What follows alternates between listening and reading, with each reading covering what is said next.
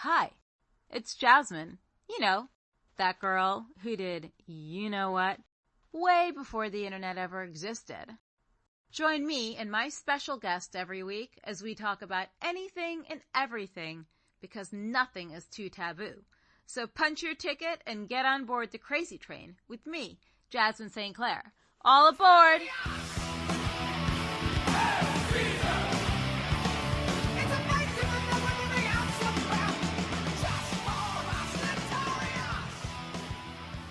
I'm like, yeah.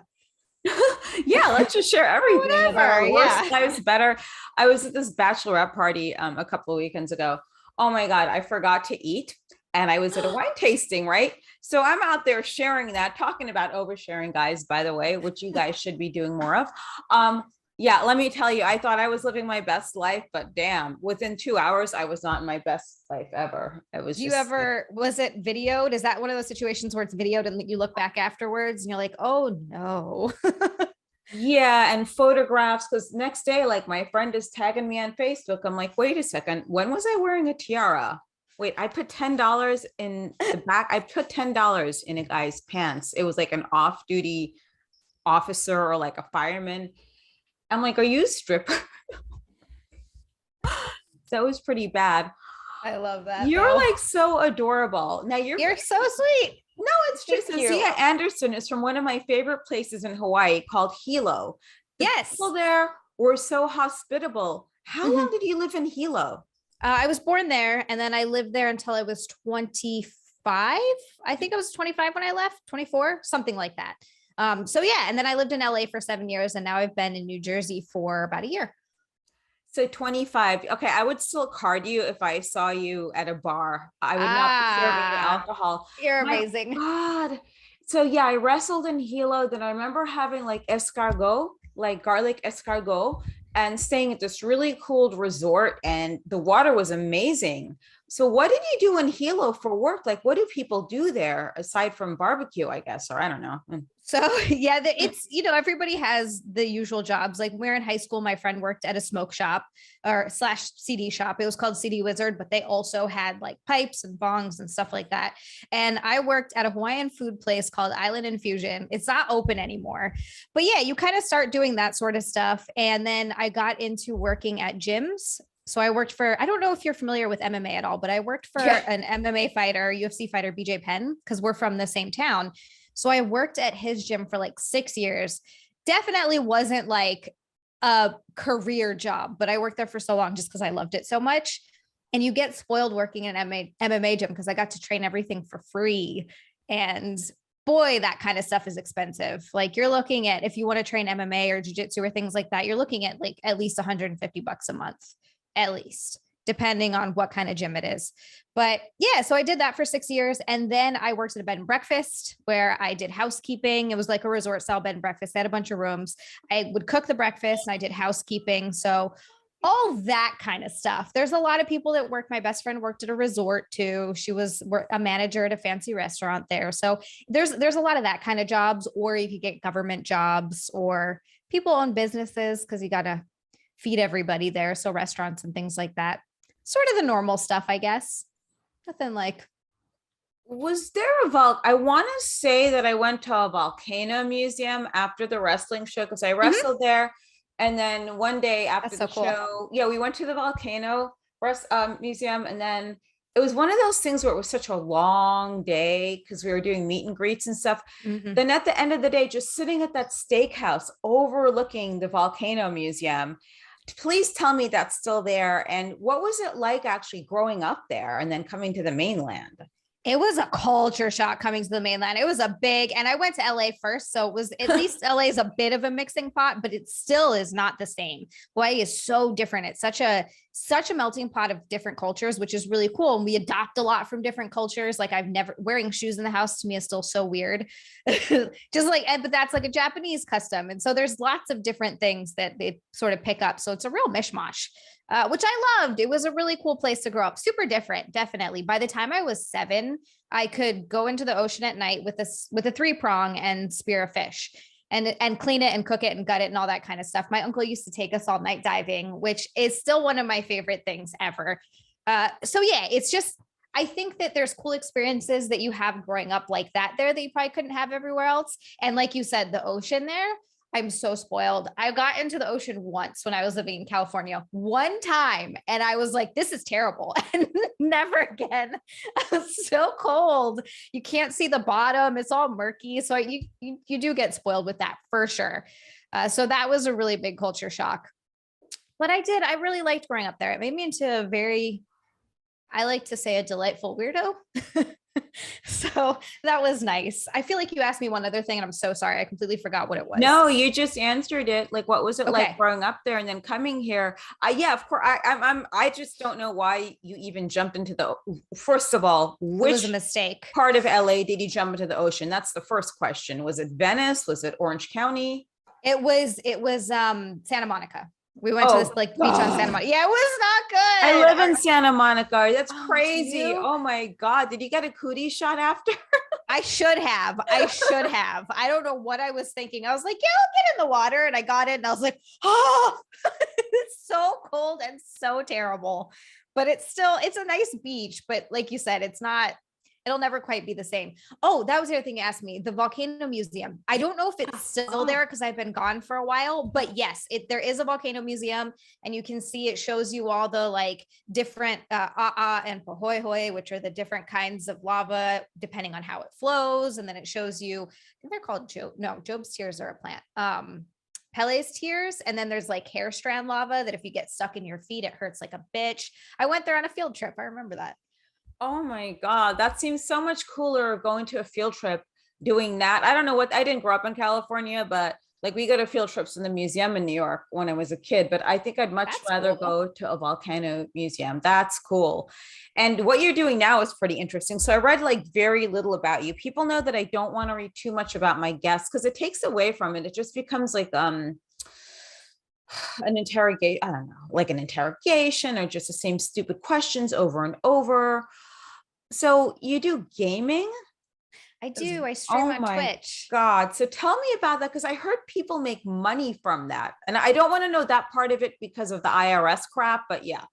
Well, people do make money, and I'll say that I don't make a lot of money on Twitch. It's very, I make some money. It's very much like, oh, okay, this pays a bill. Like it pays my internet bill and like some of my streaming service bills. So but people do make ridiculous money on there.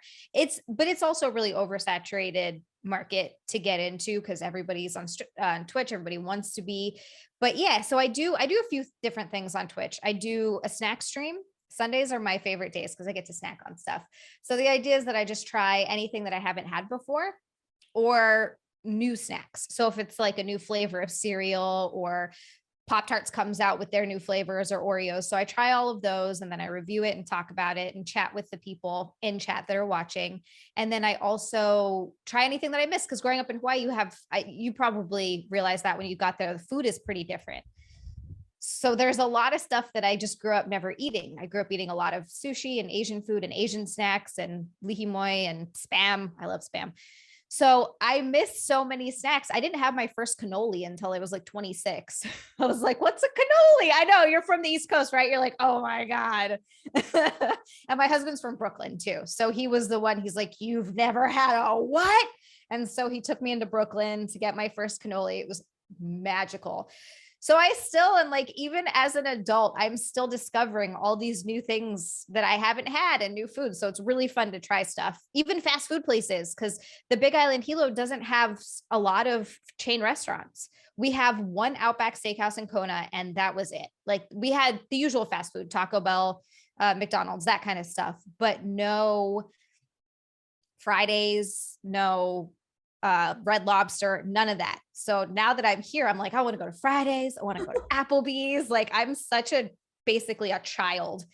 So I do the snack stream and then I do a workout stream because I eat so much. I need a workout.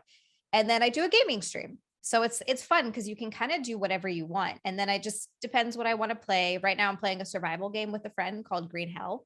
That's really cool. But yeah, some people, Amaranth is the top female streamer. Not the top streamer by far, but you probably heard of her. She also does OnlyFans. She's like very big in the gaming space. I don't follow that. She's one of those that, yeah, like I guess if you're in the Twitch ecosystem, but she, I think, said that she was making $50,000 to $100,000 a month on Twitch. Oh yeah, and $1 million a month on OnlyFans. And I was like, does she pay her taxes? I think she does. I think she does. I hope. Yeah, for her sake. That's so true about Hilo with the different foods. Like I grew up on an island for the first 6 years of my life. I lived in St. Croix. That's where I'm from. Oh, okay. So I get island fever, but we didn't have quite as many choices. And I mean, even though I went back there a couple of years ago, I see the differences in foods and I'm so grateful for it. Now, since you only had a cannoli once, have you had Italian cheesecake or ricotta cheesecake? So no, I've definitely eaten a lot of cannolis. When we first moved to the East Coast, because I've been here for a little over a year, I think, year and a half now. I gained 13 pounds because how much? Just 13, which is some people are like, that's not a lot, but I'm 5'2". It's a lot. I'm small. I didn't realize it because I was eating so much. So cannolis all the time, rainbow cookies. Oh my, just anything, pies. I haven't had an Italian cheesecake yet though. That's next time. I have to try one. I don't know how I haven't. It's healthier for you. I'm not encourage anyone to go out there and buy like a bunch of it in excess. I could have like 2-3 slices of that in one sitting. So it's made with ricotta cheese instead of cream cheese. It's really light and lemony. And I think you have to have that. We had rainbow cookies. So just ideas for snacks, people. Or have you ever had, so when I lived in London, I'd have vanilla ice cream with peanut butter and cornflakes. That sounds amazing. Right. So that was my just God. like a snack my uncle created. But I noticed that girl who has Milk Bar Toasty, they always have like cereal bits in it. It's not like my like snack from London. It's way better mine, but you got to try it. So speaking of snacking, you've got to try it one day. Like, please, okay, just for me, and then for your fans to try it. But that's very interesting. So many people find ways to make money off of this, but I respect what you're doing. Because obviously you don't look like the typical gamer. I don't get these games. I don't know. I got to join one of them one day, I think. I don't know how to do this. And I'm afraid like once I get into it, I'll get like sucked in because I don't have addictions in life except motorcycles and anything crazy. But this, I think I have to try. It's Sunday. So you got to try like Cadbury's Easter eggs for Easter. Now, what was it like going to New Jersey from LA? Like, how the heck did that happen? Like Jersey of all places. I'm sorry. I'm from the city. I shouldn't say that. No, it's okay. We were living in LA and my husband hated it there. And things were starting to get a little bit more rough as we were there. And then we were like right down the street from where a lot of the rioting was happening, like literally on the same Where block. were you? We were right by the Grove. Miracle okay, Mile and area. I lived right by the van store when all the riots. I saw it from my window. Okay, yeah, it was crazy. And he was very much like, I just want to be away from the like he just wanted to be somewhere quiet. And I think that things had gotten bad enough because he's from Brooklyn and he didn't want to be in New York City either. When we first talked about moving back to the East Coast, we we're going to move to Astoria. And then after everything happened and crime started to go up, he's like, you know what? I just want to be somewhere super quiet. I want to be somewhere that's like chilled out. So we're in actually a good spot because it's like 40-minute drive into the city, which is not horrible. I can live with that. It's not a far drive and it is very quiet. It's nice. And you get to drive to the grocery store and there's always parking. And, you know, it's interesting the things that when you live in a city for a while, driving around is a pain in the ass, parking's a pain in the ass. There's a lot of traffic and there are definitely things I miss about it. But yeah, he was really the last 5 years we were in LA, he was miserable. And we wanted to move to the East Coast anyway. And it was just during the pandemic, we're like, you know what? Now's the time. So we moved to New Jersey and we moved in November and it was my first winter. And this past winter was my second winter. And I don't like it. I don't like it at all. I love the place. I love the people here. Everybody's really nice. I love going into the city. I've been having a great time doing a lot of what I've been doing, but the winters, man, oh my God. Yeah, welcome. I know it's so cold. I'm so cold all of the time. Well, yeah, you're like super tiny. It's 80 degrees out and I still have the heater on sometimes. I was in Miami one time and the heater was on at like 3-4 in the morning. I put it on at night before I went to bed and it was like 82 degrees out. I wake up at like 3, 4 in the morning. It's like 100 degrees in the room. I'm like, what psycho put the heater? Oh, never mind. That was me. That would be me. So did you? I'm with you. It's yeah. So Yeah. what else do you do besides you do the Twitch thing? I know that you do. You're a comedian as well, correct? No, You're I've not a actually never comedian? done any stand-up. No, I Oh just my have God, I like, admire you even more now because every single, you. like, there's so many girls, with the exception of like Aaliyah Janine and Angela Yee and those girls, they're just like, yeah, I'm a comedian. I'm a comedian. It's like, okay, please just don't do any rape jokes because those are just really getting overdone now. Like in LA, you go to the Comedy Store, the first thing these girls say, so my uncle raped me. It's like, okay, I'm just like leaving the show now. Really? I haven't seen They do that. this shit That's all wild. the time. And then I finally went up to a girl after an improv class who I saw at the Comedy Store. I went to her show, big mistake. I'm like, why do you people do this shit about rape? It's like, it's just so boring. It's not that, I mean, that didn't happen to me, so I'm not traumatized, but it's boring. Oh, we just need a safe space. Okay, so you want to be around a bunch of drunks talking about being raped. That's awesome. Yeah. It's one of those, yeah, it's one of those things that it's not easy to joke about. I think Yeah. that certain people, I've heard some really funny ones, and certain people can make it really funny. But I agree, when something gets overdone to a point where you're like, okay, I've heard this 30 times. This is really boring. Come up with new material. I've heard people mention that a lot, not just with rape jokes, but with also like, they talk about how women comedians only talk about sex, and so it gets where they're like, okay, I've heard this 1,000 times before. But no, I've never done any comedy, but I've sort of found myself on these comedy podcasts, and it's been so much fun because I'm such a big comedy fan. Yeah. And then going from hosting to doing podcasting, and then finding myself sort of in this comedy world. I not accidentally stumbled into it, but I had reached out to, do you know who Jim Norton is? I love him to death. I love those Yes. guys. I was on their show last year. Yeah. Okay. Yeah. Jim is fucking great. He's Hysterical. Hysterical. He's so sweet. I love Jim.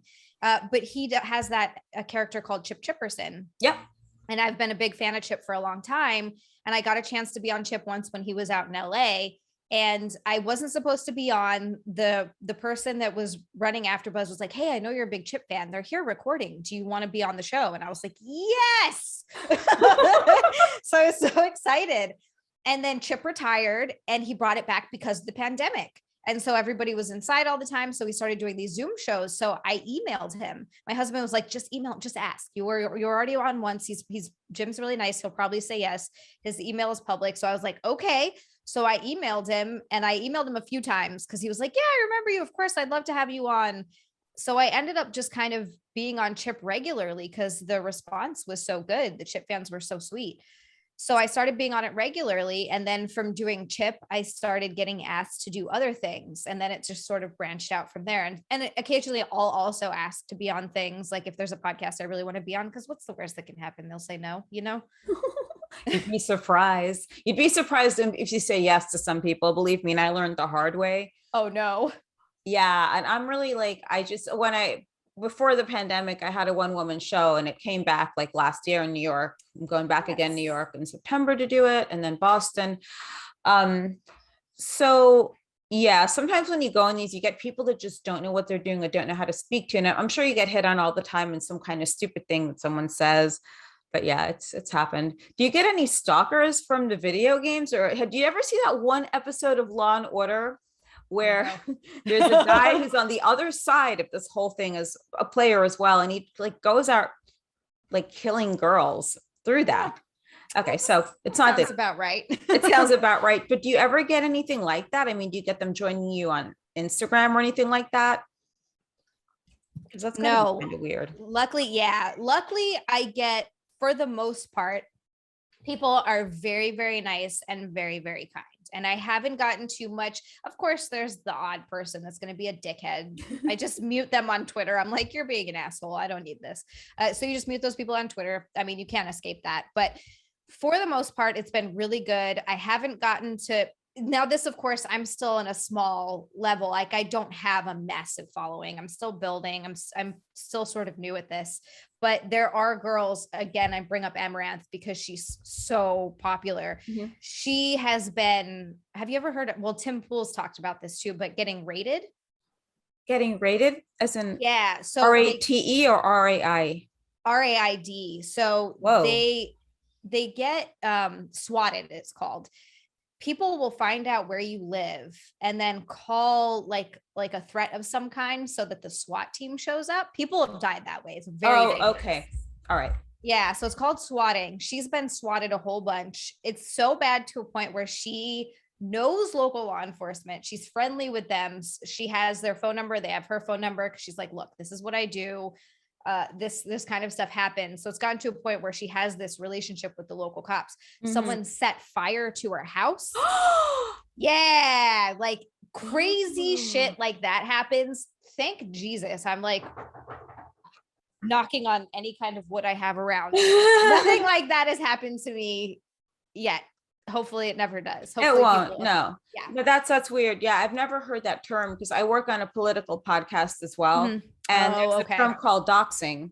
Yes. Where, so it's almost the same thing. So let's say you gave money to the trucker convoy and I don't like that and I don't like your stances. I will get your address and put it up there online for everyone to see who you are and all that stuff. It's kind of almost the same because it hurts you in another way financially that way. But that's outrageous. People do that. What even got you into video games? Did you grow up playing anything? What did you play? Pokemon? I see Pokemon over there. Pokemon's big. Yes. That's my Pikachu back there. Yeah. I grew up playing Pokemon on the Game Boy and Tetris because it came with the Game Boy. But my first real console that I played on was the Nintendo 64. So I played like GoldenEye. I hope anyone listening knows what I'm talking about. They'll be like, what is this girl yammering about? GoldenEye. I loved playing like Banjo-Kazooie. Ocarina of Time was one of the first Zelda games I ever played. So I grew up playing that kind of stuff. I had a lot of, like all my cousins were boys and they were kind of my first and only friends for a lot of years until I got to a certain age. So I definitely grew up doing a lot of what they were doing. And I don't mind. It was a really, really fun childhood. So yeah, grew up playing video games, stopped for a while in like my mid to early adulthood, and then got back into it like 6 or 7 years ago. And yeah, it's been so fun. Growing up is overrated. We have to grow up in so many ways, you know? We're not growing up. Trust me. I mean, we never do really, maybe just by numbers numerically. And that's it, and maybe on our hands. But did you want to do this? Like, what did you want to be when you were a kid? I know we choose like 10 different things from like ages 5 to like 12 or whatever. Yeah. The closest thing that I wanted to be that was similar to this when I was a kid was a journalist. That was, I think the two things I cycled through when I was a kid was being a journalist or a lawyer. And I'm glad I didn't go the lawyer route because that's a lot of school, like a lot. And then you get into a lot of debt, but at least it's a high paying career. So journalist or lawyer. And then I sort of, when I got into entertainment hosting, it was at AfterBuzz, which is the network that Maria Menounos has with her husband, Kevin Undergaro. And it's a way for them to give back. She worked at E! She's like a big entertainment host. Oh no, I know her through a different avenue. I'll tell you when we're actually off the show, but I know her through something else. Yeah, she's great though. She also wrestled for a little bit too. Yeah. Something else too. Yeah. Yeah. She's phenomenal. My husband was her producer for her Sirius XM show, producer and co-host.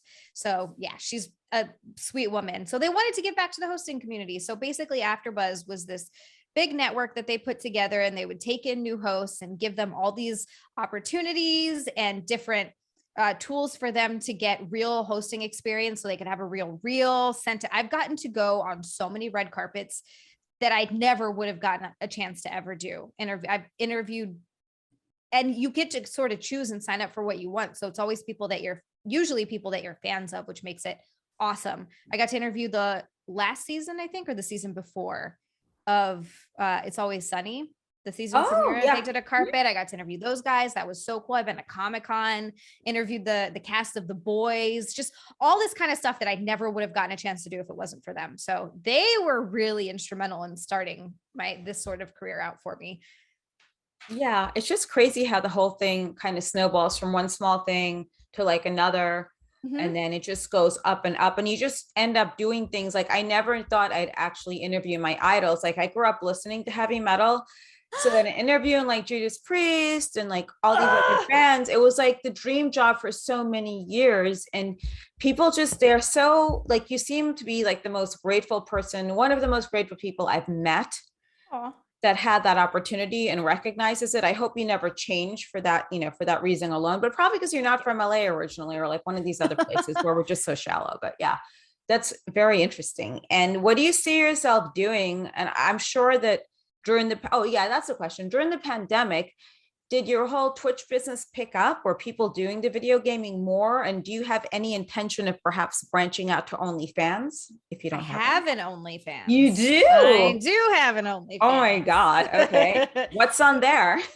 I do a lot of lewd content. So I don't do full nudity, but I do topless and super lewd, which is kind of fun. I like teasing. And also the amount of people that come in, they're like, yeah, I've stopped watching like hardcore porn. And so this is a nice sort of intermediate thing for me. Cause they're like, I went too, it's crazy the amount of people that have told me this, which is really interesting. They're like, I've gone too far down the hardcore porn route. And so I really like this kind of content. And there's something out there, truly is something out there for everyone. But I definitely take it to there's a line, and I definitely crisscross over it a little bit. So like I've done blowjob videos with dildos and cock flavored lollipops. So I've done, yeah. Oh yeah. It was really good. So I've done stuff like that. And I do a lot of themed sets. That's my favorite. I just shot one where I'm as like a medieval elf, because I'm just a huge giant nerd. So I do anything, fun stuff like that. I like to make them themed. I like to make the quality of it really good. And there's a lot of girls that do that kind of stuff, but it's so fun. And the fans are so cool. And what I like about it is that the people that sign up are typically really big fans of you. And that's why they're signing up. So this is content that, I'm not a porn star, so I wouldn't normally be doing that kind of content. So it's a kind of a cool medium for people who are like, oh, I really like this person. I like what they do. Oh, wow. I get to see this whole other side that, normally wouldn't be out there. So I like it a lot for that. OnlyFans is really fun. And the people are really cool. Again, because they're fans. So yeah. And I definitely dream scenario, I would have my own show. I do a podcast right now called Unqualified Experts with my husband, or we'll have different guests on, and it's super fun. We give advice to the internet because there are some people on the internet that are asking some wacky questions. So it's a cross between, oh yeah, you're like, what the fuck? Okay. So it's like a cross between real advice and comedy, because we get really silly with it, but it's so fun. And then I'm starting another podcast with a friend coming up. But dream scenario is I have my own podcast that's really big, like Call Her Daddy. I know that's everyone's dream scenario. I love it. Right? Like that's the idea, is you get your own show, you get to be yourself, you get to let your personality sort of shine and make money from it. That's the dream. So that's like big picture. Going back to heavy metal though, you got to interview I got to see Judas Priest live at Ozfest. Yeah. I love Judas Priest. Yeah, I've seen them a million times. I love it. That's so fucking cool that you like metal. I love that. No, I was like I'm basically breastfed on heavy metal. Like my first show was Black Sabbath. My babysitter took me. I still have the baseball jersey from that show. It was a size large. I was like 8 or 9 years old, something in that era. And I still have the jersey. Same with the Rush jersey. And some girl comes up to me in the street during the pandemic to boot. Mm-hmm. Oh my God, that's like such a cool jersey. Where'd you get it? Did you get it at Hot Topic? It's like, bitch, listen, I had this while you weren't even a sperm in your dad's ball sack. And I had this jersey. So don't even ask me. And I'm just like going off. I'm like, okay. So just. Does that drive you crazy when you see these young kids wearing band t-shirts of bands they don't know? It is one of my biggest pet peeves. It drives me insane. I only got called out once on that. No. Yeah. Really? Yeah, I went up to a guy. He looked like a nerd with short hair and glasses, and his backpack, he's all neat and put together. He had a Carcass t-shirt on. A Carcass is like extreme grindcore metal. And I went over to him. I said, so why are you wearing a Carcass shirt? Name one song and one album, please. Then he's like, oh yeah, hard work. He said, Jasmine, you do know me. I'm like, what? How do you know me? He's like, you know me. I used to go to shows. So then he told me who he was. I'm like, well, why do you look like, what are you doing? No, like, what is this look? Yeah. What are you doing? He's like, I couldn't wear the contacts anymore. I'm actually getting surgery. and I had to cut my hair for my job. I'm like, oh, okay. All right. It's good seeing you. Bye. And I just walked. Oh no. Why have you gone up to anyone? Like, what's your whole take on that with these idiots in shirts that have no idea? It's just a weird concept to me. I would never wear a Halsey shirt because I don't know anything about her and I don't know anything about her music. And that's just such a I'm like, why would you? But there was a girl. So I was working at this restaurant. You might know it actually in LA called Blue Jam Cafe. Yep. I worked there love it. For years. Oh, the food is so good. And the money is good working there too. But I worked there for years. And I just remember there was this one girl that was wearing an Iron Maiden hoodie. Now I really love Iron Maiden. They're a fucking, so I got all excited and I'm like, oh my God. So usually I go in with nice intentions. I'm like, oh my God, I love Iron Maiden. I was like, do you have a favorite song or a favorite album or anything? And she just goes, oh, I don't, old guys come up to me and say this all the time. She's like, I don't know the band. I just really like the sweater. I think she got it at like PacSun or something. And I was like, what the fuck? Why? It's so obnoxious. But I guess they're selling it at these shops to look trendy and these kids are buying it, probably sometimes not even knowing that it is a band. They're just buying the shirt because they're like, oh, cool. And they have no fucking clue because Iron Maiden is an 80s metal band. Like I understand if you're fucking born in 2007, you're like, who is that? I don't know. Unless your parents, gave you an album. Unless your parents. Yeah. That's how I found out about Iron Maiden is from my dad. I stole he had the Alexander the Great CD and that was my introduction to Iron Maiden. I'm seeing them in October for the first time. I'm so hyped. It's a good show. I'll probably go to the show this year. I've seen them so many times. When I lived in Europe, I saw them quite a few times as well, but it's going to be a good show. And I remember with Kim Kardashian. So I was working on a metal radio show at this time when Kim Kardashian and that man, which man was it? Kanye, they both had Iron Maiden shirts, Metallica. Then I found out that their stylist was a metalhead and metal fans are super loyal. So they were hoping to get those fans to that plastic-headed sea donkey and her husband at the time. So the plastic-headed sea donkey. That's it's just amazing. One of these many terms I come up with when it's this hour of the morning. Trust me, I get going and I can go. Then after that, then I usually crash out for a few hours and I get back up when I'm done going.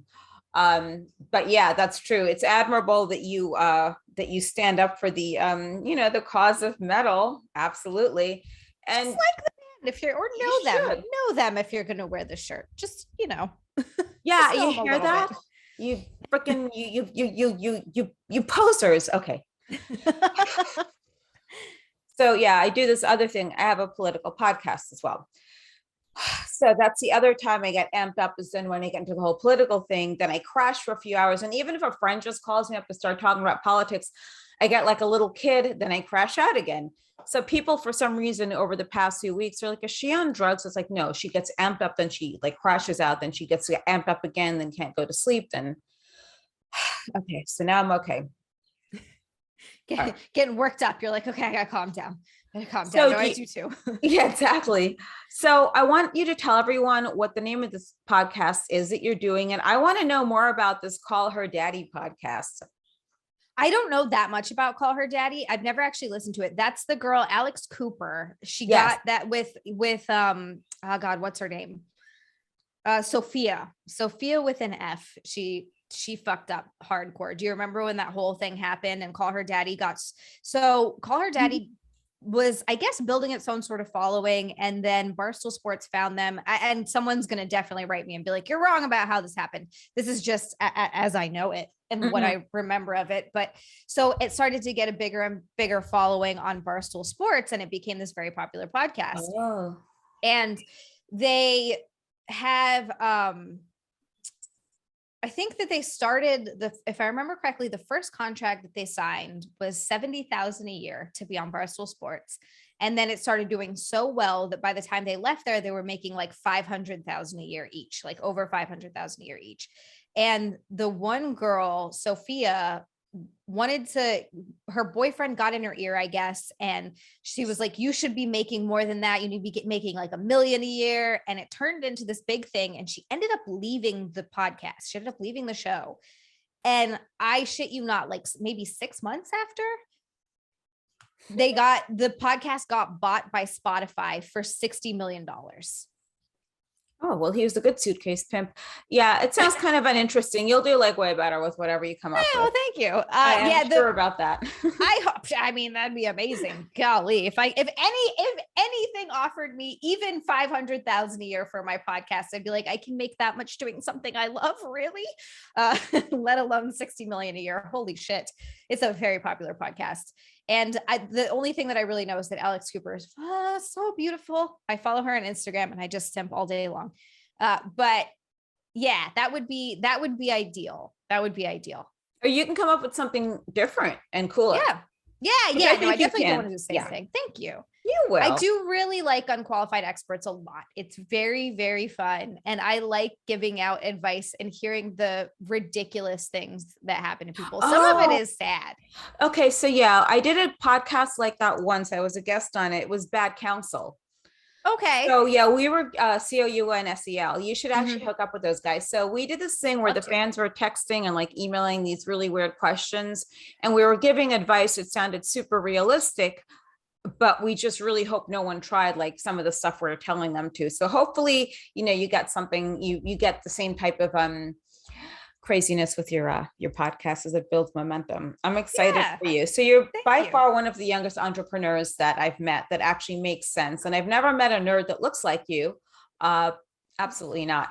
So tell everyone where they could find you on the World Wide Web and about this OnlyFans. And oh, by the way, real quick, guys, with the whole OnlyFans thing, hardcore porn is like so overrated. Like, what are they going to start doing next? Killing people, like snuffing people out. So when they say there's nowhere to go next with that, they're 100% correct. Yeah, exactly. So it's like a weird where I really like what I do. And even if I do decide to take things a little bit farther in the future, I would like to keep it kind of this, I want to keep it fun. And I did have one of my subscribers gave me one of the best compliments ever. And it was really sweet what he said. I was like, oh, wow, thank you so much. He's like, look, you undersell your OnlyFans. He started off by telling me that he's like, a lot of these porn girls, they do this stuff, but they don't know how to be sexy. And he was like, you're so sexy and the way you act. And it was just the way he said it was so incredibly kind. I was like, wow, thank you. I'm going to steal that. So thanks for saying it. I don't have an OnlyFans. I don't want one because people are going to expect nudity. I don't want to be freaking taking my damn clothes off. I haven't done that in like years and years and years. I don't even get naked at home. Like, what the hell? So you're like, I'm not going to get naked for you. Yeah, seriously. So tell everyone where they could find you on the World Wide Web and about your whole schedule with your Twitch. And if you have a name for it, the page. I do. Yeah. So I try to keep it easy. So it's pretty much the same across every platform. It's Xialand, Xialand. So it's just my name. And the whole idea is that it's the land of Xia and all the things that I love and enjoy, kind of like a Xia theme park. So you can find me on Xialand everywhere. You can find me on YouTube, where Unqualified Experts is at Xialand, Xialand. Same thing on OnlyFans and same thing on Twitch. So I do the Twitch streams. My regular streaming days are Sunday, Monday, Tuesday. Sometimes I throw in a Wednesday stream, but it's not all the time. So I do Sundays are snacking, Mondays are working out, and Tuesdays are gaming. So we kind of hit all the buttons there. And yeah, OnlyFans, also Xialand. If you find that you like me and you want to support me, it's a great way to support me. And then you get to see more cool content like that. And on Twitter and Instagram, it's at Xia_land, Xia_land. If you want to keep up with some stuff. I just shot an elf set and I'm so excited about it. I think that's great. I think they're awesome. Elves are cute. Ronnie James Dio reminded me of an elf or a gnome at one point. See that? I always thought he had elf eyes, that. really. Yeah. But that's cool. Oh yeah, and your workout. What do you do in your workout? And do you drink like any of those crazy colored like pre-workout powders or crazy flavors? You should come out with your own. I should. One that doesn't have caffeine. I drink like a cup of coffee in the morning, and that is all the caffeine that I can have because I have severe anxiety that sometimes I go through periods of time where it's not so bad. And then other times I go through times where it's crazy. Pre-workout I would just be in a ball on the floor freaking out because I'd be like, my body can't handle that. But I do like HIIT style training. So I do, because I just got some weights for the house, but I lift weights at the gym. But when I'm at home, I just do like high intensity interval stuff or dance workouts that I look absolutely ridiculous doing, but they're very fun. Good. I did the HIIT like once or twice. I did the Pilates in the gym. And then I did this thing once. It was called heavy metal workout. I never put it out though. Yeah, I should actually do that. You should put it out. Right? That With sounds fun. metalheads. Yes. That's great. And I hope I get to meet you in person because you are simply adorable. You're so sweet. Thank you. Everyone, check her out. Look for her all over the place. Twitch, look for her on OnlyFans, and of course in the podcast realm, which is a big deal. And hopefully we'll see you hosting some events too, right? Yeah, that would be fun. If I could get back to doing some event stuff and red carpet stuff, that'd be awesome. But we'll see. Awesome. Well, thank you very much. And I'm gonna I'll stop this, but I was gonna talk to you. All right. Thank you so much, my dear. Thank you for having me. This was so fun. Thank you.